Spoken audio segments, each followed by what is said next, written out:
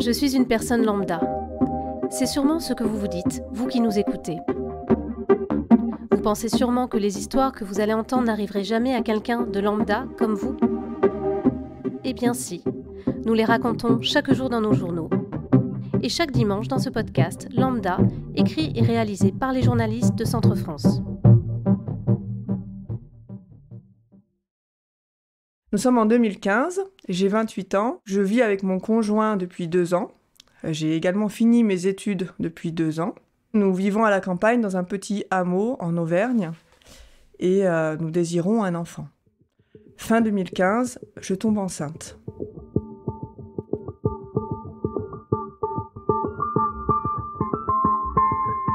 Quelques semaines après le début de la grossesse, nous réalisons une prise de sang que toutes les femmes réalisent en principe en début de grossesse, qui consiste à analyser l'ensemble des sérologies. Quelques jours après avoir réalisé cette prise de sang, je suis dans mon bureau. Mon médecin traitant m'appelle et me demande de venir le soir même. Alors évidemment, je comprends qu'il y a un problème vis-à-vis de cette prise de sang. Je me pose 10 000 questions, la journée de travail passe très lentement. Et le soir, je me rends chez mon médecin traitant.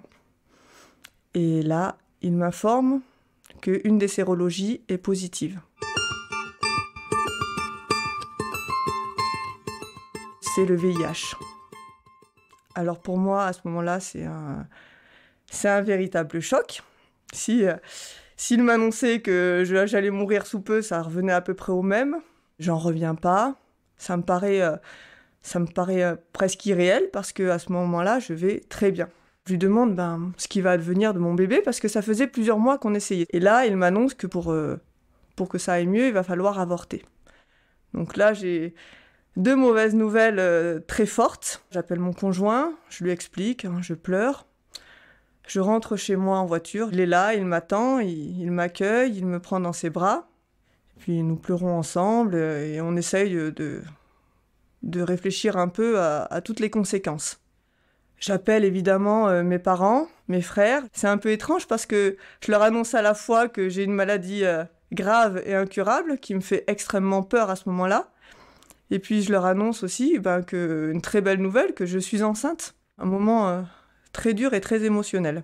À ce moment-là, avec mon conjoint, on se dit si moi je suis séropositive, lui, il est forcément également, parce que ça fait des mois et des mois que nous ne nous protégeons plus lors de nos rapports, évidemment, puisqu'on veut faire un enfant. Donc, on se rend dans une pharmacie où on achète un autotest VIH. Et c'est un test qui consiste à se piquer le bout du doigt, on exprime une petite goutte de sang, et puis pendant 2 minutes, on pose la goutte de sang sur un petit papier, et on attend. Alors là, les minutes sont des heures.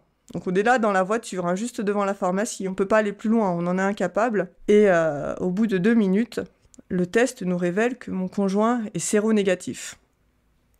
Alors là, ça nous paraît extraordinaire. Pour nous, c'était évident qu'il était aussi contaminé. On pensait qu'un seul rapport d'une femme séropositive avec un homme le contaminait. Mais non, il est séronégatif. Évidemment, il a réalisé une prise de sang plus complète ultérieurement qui a bien démontré sa séronégativité.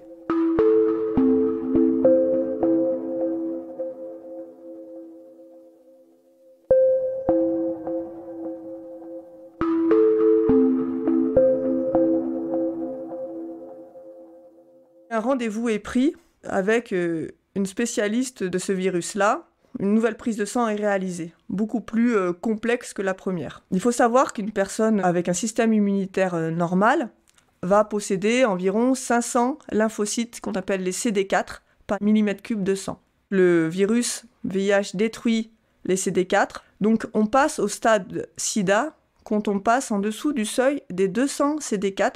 1 mois après le début de ma grossesse, je n'ai plus que 54 CD4 par millimètre cube de sang. Donc, je découvre que je suis dans un état de sida très grave. C'est évidemment un choc parce qu'encore une fois, moi, je me sentais bien. J'avais un symptôme en fait. J'avais des mycoses vaginales, c'était assez récent pour moi. J'avais consulté une gynécologue dans la petite commune à côté du village qui m'avait dit que avoir des mycoses, c'est comme attraper un rhume, ça arrive comme ça. Mais sinon, j'allais bien. Voilà, c'était assez contradictoire, les résultats des prises de sang et puis mon état à moi, et psychologique, et dans mon corps. Elle m'apprend aussi qu'il y a différents types de VIH. Mon virus est très peu présent sur le territoire européen, que c'est un virus africain. Et donc je comprends à ce moment-là où est-ce que j'ai pu contracter ce virus. Parce que lors de mes études, en 2011, j'ai eu l'opportunité de réaliser un stage au Cameroun pendant 6 mois. Alors je me suis posé évidemment des milliers de questions. Je ne me suis pas piquée, je n'ai pas eu de relations sexuelles sans préservatif. Et puis je pense avoir compris. Parce que plusieurs fois dans ce pays, j'ai été confrontée au milieu hospitalier. J'ai dû une fois aller chez un dentiste. Alors l'état du cabinet était totalement déplorable, mais à ce moment-là, je ne me rends pas compte. En 2011, quand je vis en Afrique pendant 6 mois, que l'importance du virus est à ce tel point que tout peut être très dangereux. Donc j'ai été une fois chez le dentiste, et puis à la fin de mon séjour, au bout de 5 mois et demi, j'ai contracté le paludisme. Donc j'ai été infectée par Plasmodium falciparum, une forme mortelle du paludisme. Et dans ce cas-là, on réalise une prise de sang pendant l'infection qui confirme par quoi on a été infecté. On reçoit un traitement très fort et à la fin de ce traitement, on réalise une autre prise de sang qui confirme que l'on n'a plus cette infection. Sauf que lors d'une de ces 2 prises de sang, peut-être que le virus m'a été inoculé. Le médecin m'avait annoncé qu'il fallait potentiellement avorter. Mais je lui pose la question à ces spécialistes, est-ce que je peux garder mon enfant? J'y tiens, et puis c'est forcément important pour moi à ce moment-là.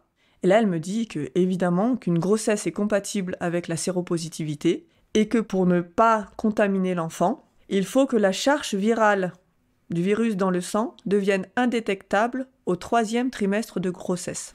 Le soir même, je débute mon premier traitement.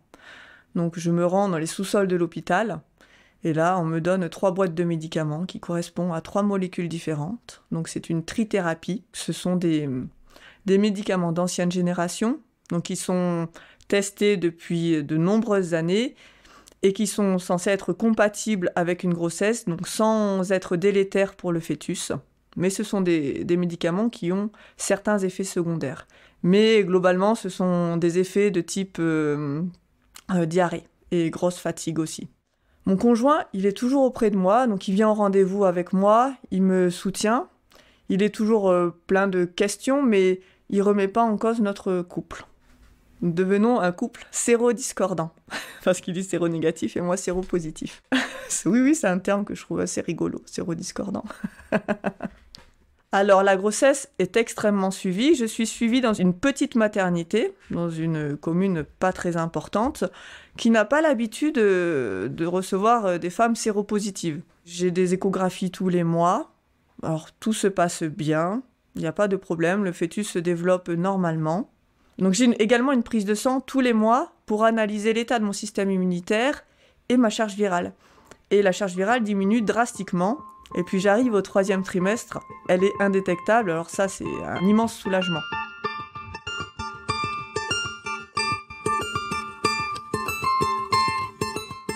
L'hôpital n'est pas bien au fait des protocoles pour l'accouchement, donc c'est moi qui fais le lien entre ma spécialiste du VIH et la gynécologue ainsi que l'équipe des sages-femmes de l'hôpital. Je reçois pendant l'accouchement une grosse dose d'antirétroviral, au cas où. En préventif, c'est ce qui se fait. Donc l'enfant naît, donc c'est un accouchement un peu difficile, mais tout à fait indépendamment du virus. Une prise de sang est directement effectuée à l'enfant, donc elle s'avérera à ce moment-là nulle pour le VIH. Alors je passe 3 jours à l'hôpital, ça se passe pas très très bien. Je me sens complètement stigmatisée. Je sens qu'il n'y a pas de bienveillance de l'équipe envers moi. Ce qu'on me faisait sentir, c'est que je ne méritais pas d'être maman. Mais en même temps, cette équipe n'a pas fait preuve de curiosité à mon égard. Elle ne m'a pas posé de questions. Donc c'est assez difficile, à vrai dire. Immédiatement après mon accouchement, je change de traitement. Donc je passe sur un traitement de nouvelle génération. Là, on est à 1 médicament par jour, avec beaucoup moins d'effets secondaires. Pendant les premiers mois, je réalise toujours des prises de sang tous les mois, à la fois pour être sûr que le virus ne refait pas surface, et puis pour voir aussi quelles pourraient être les effets secondaires invisibles dans mon corps, sur mon foie, sur mon cœur. Mon enfant réalise également des prises de sang à 0, 3 mois, 6 mois, afin d'être sûr qu'il n'a pas contracté le virus. J'ai très peur pour mon enfant. Tout est nouveau et puis il n'y a pas de discours rassurant. J'ai l'impression d'être dans un parcours un peu du combattant. Je ne sais jamais ce qui va se passer. 3 mois après mon accouchement, je réalise un frottis du col de l'utérus, donc un examen absolument classique pour toutes les femmes. Et puis ce frottis révèle que j'ai un précancer stade avancé. À ce moment-là, c'est très très dur. Je me sens extrêmement seule. En plus, on est en hiver, en altitude, il fait très froid. Je vois pas grand monde en fait. Je suis renfermée dans mes problèmes. J'ai l'impression d'avoir une épée de Damoclès sur la tête. Je sais toujours pas finalement si je vais survivre. J'ai un enfant qui me donne de l'espoir et puis j'ai envie de vivre pour lui, c'est très important. Mais moi qui n'avais jamais été confrontée à la moindre maladie, et là d'un coup, j'ai des choses graves qui me tombent dessus, oui, donc c'est très dur.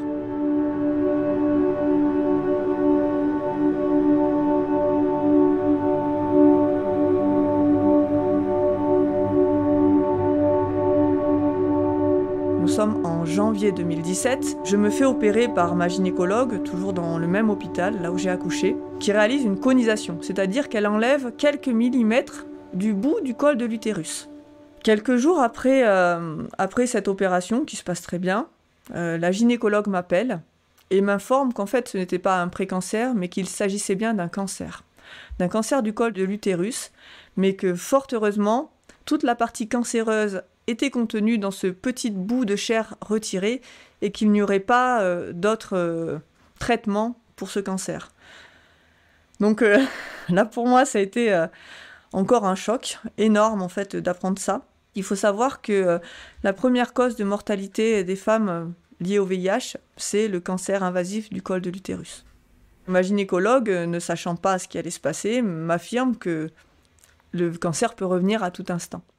Après l'opération, je souhaite à nouveau un deuxième enfant parce que j'ai peur de ne plus pouvoir en faire. Et puis je crois que j'ai tellement peur de mourir à ce moment-là que de porter un enfant, de désirer un enfant, je me sens plus vivante. J'ai l'impression que mon corps fonctionne encore finalement. Donc nous concevons un deuxième enfant de manière naturelle.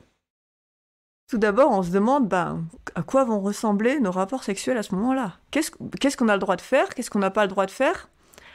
Est-ce qu'on va mettre des préservatifs toute notre vie? Est-ce qu'il peut me toucher? Mais très vite, ça va changer, ça. Parce qu'en 2016, il y a un consensus scientifique qui révèle qu'une personne séropositive qui prend son traitement et qui a une charge virale indétectable ne peut plus transmettre son virus par voie sexuelle. C'est l'équation I égale I, indétectable égale intransmissible. Enfin, ça paraît aussi extraordinaire. Une maladie sexuellement transmissible, et là on nous apprend, vous pouvez avoir des rapports exactement comme avant, il n'y a aucun risque pour votre conjoint. Au départ, on n'ose pas trop, on ne sait pas trop ce qu'on peut faire quand même, et puis petit à petit, on reprend cette habitude d'avoir des rapports non protégés, comme n'importe quel couple. Lorsque je tombe enceinte, je change mon traitement, je repasse au même traitement que lors de ma première grossesse, à la différence près que la première prise de sang a révélé que le virus était légèrement résistant à ce traitement, donc on décide d'augmenter les doses. Je passe donc à 5 médicaments par jour, avec d'autant plus d'effets secondaires. J'accouche en 2018. Le protocole ne nécessite plus de prendre des antirétroviraux pendant l'accouchement. Donc l'accouchement se passe exactement comme n'importe quel accouchement. Alors je ne sais pas si c'est parce qu'il y avait trop de femmes qui ont accouché pendant cette période, mais en tout cas je ne suis pas au niveau de la maternité pendant les quelques jours qui suivent l'accouchement. Je me retrouve toute seule au service de pédiatrie avec mon enfant. Donc c'est très calme, ça me convient bien, mais je me pose toujours la question de pourquoi je suis un petit peu mise à l'écart. La réponse que j'obtiens, c'est il y a trop de monde en maternité. Mais en même temps, il n'y a pas d'autre maman à côté de moi. Ça me convient. Ça me convient bien, mais comme c'est mon deuxième enfant, c'est plus facile un peu pour moi aussi. Je souhaite partir au bout de 2 jours pour aider mon conjoint avec le premier enfant. Pour faire une sortie précoce, il faut que le gynécologue donne son accord. Alors, je souhaite rencontrer le gynécologue. Il arrive, alors c'est une personne qui parle pas très bien français. On se comprend pas très bien. Mais il ne me donne pas son accord parce qu'il me dit que je suis une femme malade. Ce n'est pas la santé de l'enfant là qui est importante, pour lui c'est ma santé. Comme je suis séropositive, je n'ai pas le droit de sortir. Alors évidemment, je signe un papier, je sors quand même, je ne me considère pas comme une femme malade. C'est ce même gynécologue d'ailleurs qui m'avait auscultée pendant la grossesse. J'avais fait du sport jusqu'au 7e mois. Et au 7e mois, on m'avait demandé d'arrêter. La sage-femme m'a demandé d'arrêter parce qu'il semblait que mon col avait un petit peu bougé. Et à ce moment-là, elle m'avait envoyé à l'hôpital, en urgence, faire analyser ce col. Et c'est ce même gynécologue qui avait analysé ce col. Donc il s'agit d'introduire une petite caméra au bout d'un petit bâton à l'intérieur du vagin pour regarder le col. Il ne me touche pas, c'est la caméra qui me touche. Mais à ce moment-là, ce gynécologue avait mis 2 paires de gants pour m'ausculter. Ça m'avait beaucoup surprise puisque c'est la seule personne que j'ai vu faire ça. Et je pense qu'il avait une très grande peur de ce virus.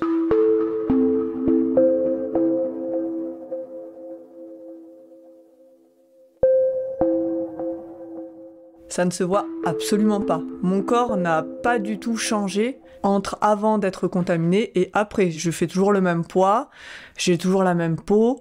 Il n'y a pas de changement. Non, c'est invisible. Et heureusement... Mais dans mon corps, c'est pas terrible. Parce que je parle d'absence d'effets secondaires, mais j'ai été détectée séropositive à un stade très avancé du sida. Et en fait, malgré le fait que ça fait plusieurs années que j'ai un virus indétectable dans le sang, mon système immunitaire, lui, n'est pas totalement rétabli, en fait. Je ne suis pas du tout au niveau d'une personne normale. Il est même assez faible. Et bien, les conséquences, c'est d'avoir une maladie opportuniste. Donc à ce moment-là, je réalise une série de tests. Alors c'est vraiment pas très drôle, en fait. On soupçonne un cancer de l'anus. Je vais chez un médecin qui me met une caméra dans l'anus pour voir si j'ai pas un cancer. C'est vraiment pas drôle à mon âge de faire ça, je trouve. On se méfie aussi du cœur, des problèmes cardiaques. Alors je réalise toute une panoplie d'examens au niveau du cœur. On trouve rien. La spécialiste me dit c'est comme ça. Vous venez de tellement loin d'un point de vue système immunitaire qu'il faudra beaucoup de temps pour que ça se rétablisse.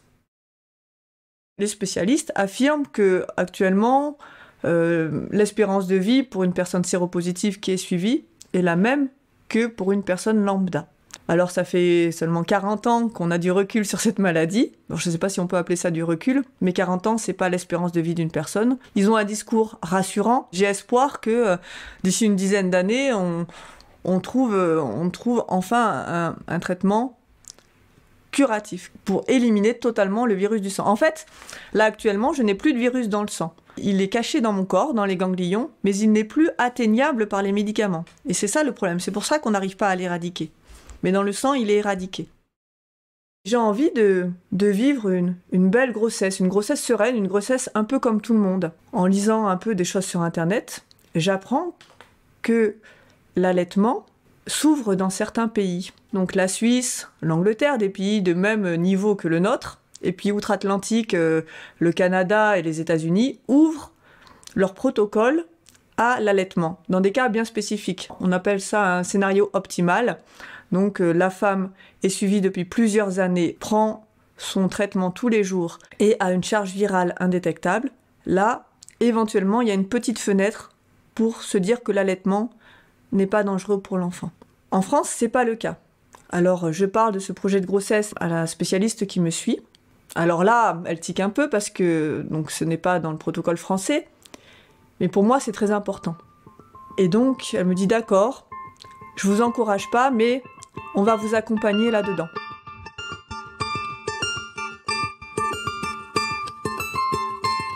Donc tout le long de cette grossesse qui se passe extrêmement bien, donc je parle à ma sage-femme de ce projet d'allaitement. Ça lui paraît normal, elle sait que je suis séropositive évidemment. Je parle de ce projet à ma gynécologue, elle me suit. Alors là, le pédiatre de l'hôpital, toujours le même, souhaite me rencontrer. C'est le chef de pédiatrie. Il m'affirme que pour lui, c'est intéressant une femme séropositive qui fait ce désir d'allaitement parce que ça leur est jamais arrivé. Il est curieux. Il me montre de la curiosité, le rendez-vous dure 1 heure. Et il me dit, vous savez, c'est pas encore autorisé en France, donc vous allez être confronté au reste de l'équipe qui va pas vous soutenir. Mais moi, je vous soutiens. Je vous soutiens à une condition que vous respectiez le prochain protocole qui va sortir. Normalement, il va sortir cet été. Il devait sortir à l'automne dernier, mais il y a eu du retard, il va sortir cet été. Le protocole consistera à une prise de sang tous les mois pour la mère, pour l'enfant, et pendant toute la durée de l'allaitement, l'enfant recevra un traitement antirétroviral tous les jours. Alors le protocole français est différent du protocole des pays voisins, qui eux ne font pas prendre le moindre traitement à l'enfant, ni après l'accouchement, ni pendant la durée de l'allaitement. Alors moi je me posais à ce moment-là la question, qu'est-ce que je veux pour mon enfant? Un traitement, il y a toujours des effets secondaires, est-ce que ça vaut le coup? Donc je me suis posé la question pendant de nombreux mois. Évidemment, mon conjoint avait peur. Il y a très peu d'études en fait qui existent concernant l'allaitement. Très peu de données. Il y avait une étude au Canada qui a montré que sur 2000 femmes qui ont choisi d'allaiter pendant 6 mois, en allaitement exclusif, il y avait eu 2 cas de transmission. Mais en fait, ces cas-là sont extrêmement flous. Il y en a une, ça serait probablement pendant la grossesse, et l'autre, on ne sait pas. C'est très mal renseigné. Il y a une autre étude en Suisse qui fait part d'aucun cas de transmission. Donc lui, il est dans la peur, il a envie d'écouter les médecins qui mettent beaucoup de mise en garde. Ce que je comprends. Ce pédiatre m'informe que pour faire avancer un peu la recherche sur le VIH, il aimerait bien que mon cas soit recensé, au niveau régional, qu'on parle un peu de moi, de ce désir d'allaitement. Donc il en informe le référent régional, puis je n'ai plus de nouvelles. J'accouche dans ce même hôpital, alors là ça a beaucoup changé. Parce que cet hôpital passe un label qui s'appelle le label Amis des bébés, et ils sont beaucoup plus aux petits soins pour le bébé et pour la maman. Enfin, je sais pas si c'est ça, mais tout est différent. Je suis pas au service pédiatrique, je suis extrêmement bien guidée, et puis les auxiliaires de puériculture, les sages-femmes, elles sont curieuses, elles me posent des questions, elles me disent, de toute façon ça va bientôt changer, le regard, tout va bien, enfin... Vraiment, c'est extrêmement bienveillant, donc là, j'y reste le plus longtemps possible, cette fois. Je m'y sens très très bien. Le seul problème qu'il y a eu, c'est le lendemain de mon accouchement. Le pédiatre qui m'avait convoqué débarque dans ma chambre, de manière assez brutale pour moi. J'ai les seins à l'air, je suis en train d'allaiter, et je me sens c'est un peu intrusif, quoi. Et il me dit qu'il ne m'a pas donné de nouvelles pour l'étude régionale, parce que le référent régional ne me suivait pas du tout, et que ce que je faisais s'apparentait à la maltraitance infantile. Alors là je suis à nouveau pleine de doutes, je ne sais pas ce qu'il faut faire, je suis perdue. Par chance, en fait, une autre pédiatre vient ausculter l'enfant, et puis je lui demande, c'est une femme, ça change un petit peu. Je lui demande ce qu'elle en pense, et puis elle m'affirme tout bas, elle me dit, pour les hépatites, on ne fait pas tant d'histoires parce qu'on n'a pas peur de cette maladie. Le VIH, vous n'avez quasiment aucune chance de transmettre votre virus. Il n'y a pas de problème, elle me dit. Alors là, c'est un gros soulagement pour moi. Je peux continuer dans mon choix, alors il y a toujours évidemment plein de doutes. On ne sait jamais ce qu'on fait, on le fait bien, on le fait mal, mais je décide de poursuivre l'allaitement. Donc là, ça fait 6 mois d'allaitement. J'ai décidé de continuer. Elle n'a pas contracté le virus. On a toujours un petit peu peur, mais oui, je suis soulagée. Et puis c'est un tel bonheur d'allaiter que... Voilà, je ne le regrette pas.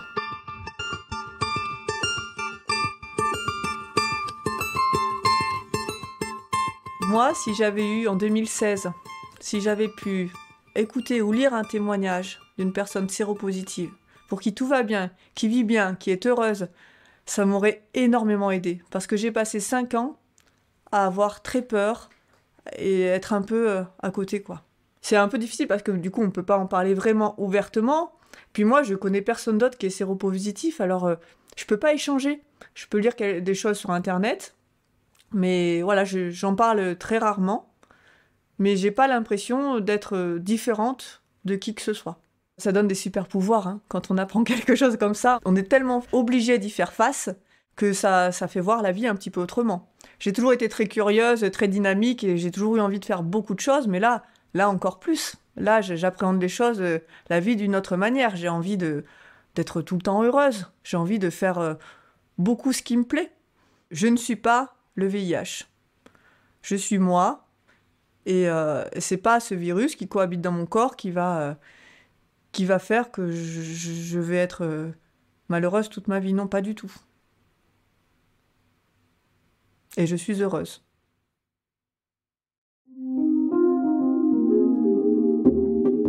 Vous venez d'écouter Lambda, un podcast produit par Centre France.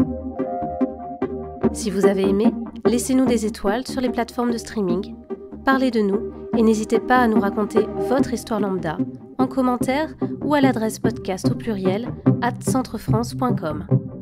À bientôt!